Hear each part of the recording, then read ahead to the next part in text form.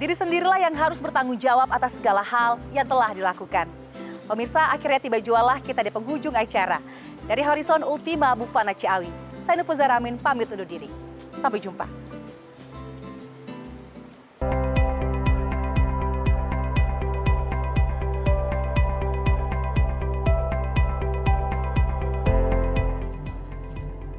Banyak pekerja yang mengalami stres, tertekan, burnout, kewalahan, bahkan terganggu mentalnya gara-gara tidak mampu mengendalikan pikiran, perasaan, dan jiwanya dalam bekerja. Padahal kesehatan mental seharusnya tidak boleh diabaikan dalam pekerjaan. Jadi sebenarnya meditasi itu apa? Meditasi itu adalah kalau kita berdoa itu kan kita berbicara dengan pencipta kita ya.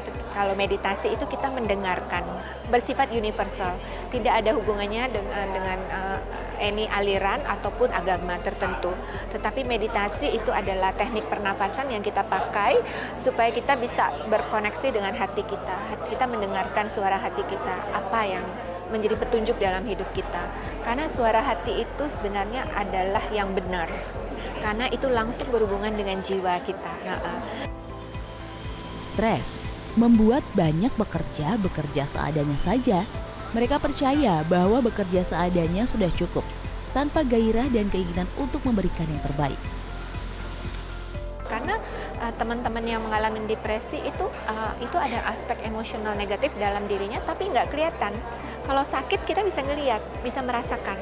Tetapi kalau emotional issues itu suka kita biarkan dan kita pura-pura happy gitu ya, menutup diri dengan berbagai mungkin dengan pakaian, dengan apa ya semuanya ini, tapi sebenarnya dalam hati kita itu kita depresi, kita mengalami jantung kita berdebar lebih kencang, kita depression, tapi kita tidak menceritakan kepada orang lain. Dan ini bahaya sekali.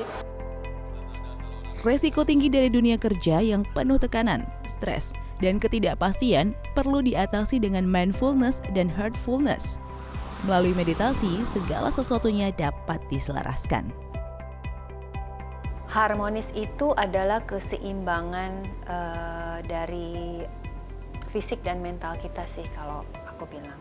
Jadi harmonis secara garis besar ya. Kita itu merasa harmonis, merasa bahagia, merasa cukup, merasa bersyukur dengan apa yang kita miliki dalam segi materi dan juga dari segi mental kita.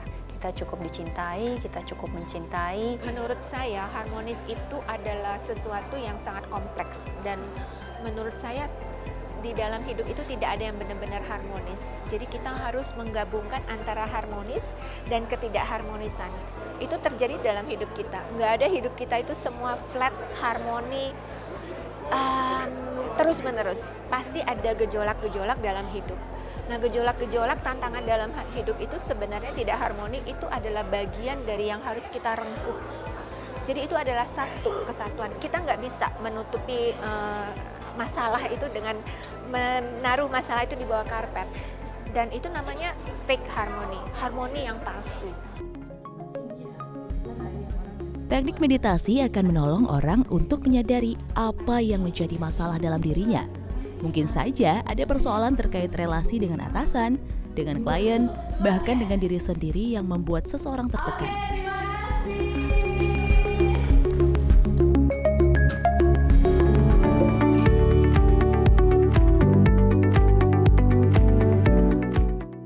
Sebuah karya seni lukis bukan hanya menjadi kepuasan bagi pelukis dan penikmat lukisan, akan tetapi menjadi sebuah gengsi tersendiri.